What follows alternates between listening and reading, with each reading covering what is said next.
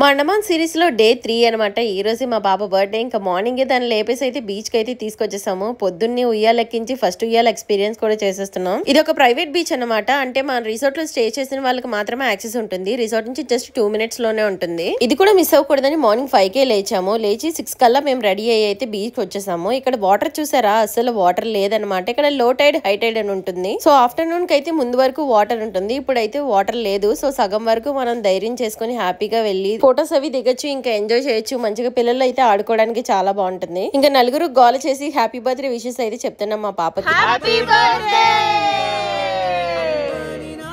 ఇంకా అయిపోయిన తర్వాత ఫ్రెష్ అయిపోయి ఎలిఫెంటా బీచ్ కి వెళ్ళడానికి జట్టీకి అయితే వచ్చేసాము. ఇక్కడ చూస్తేనేమో చాలా జనం ఉన్నారు. 1 hour నుంచి హెవీ రెయిన్ వల్ల బోట్స్ అన్ని ఆపేశారనమాట. మధ్యలో టెక్నికల్ ప్రాబ్లం వల్ల మా బోట్ అయితే ఆగిపోయింది. 1 hour డిలే తో ఎలిఫెంటా బీచ్ అయితే రీచ్ అయ్యాము. ఇక్కడ రీచ్ అవ్వడానికి మెయిన్ రీజన్ ఏంటంటే ఇక్కడ చిన్న సెలబ్రేషన్ అనేది ప్లాన్ చేసాము. దానికోసమే వచ్చాము. సో సర్ప్రైజ్ ఏంటో చూడాలంటే నెక్స్ట్ వీడియో వరకు వెయిట్ చేయండి.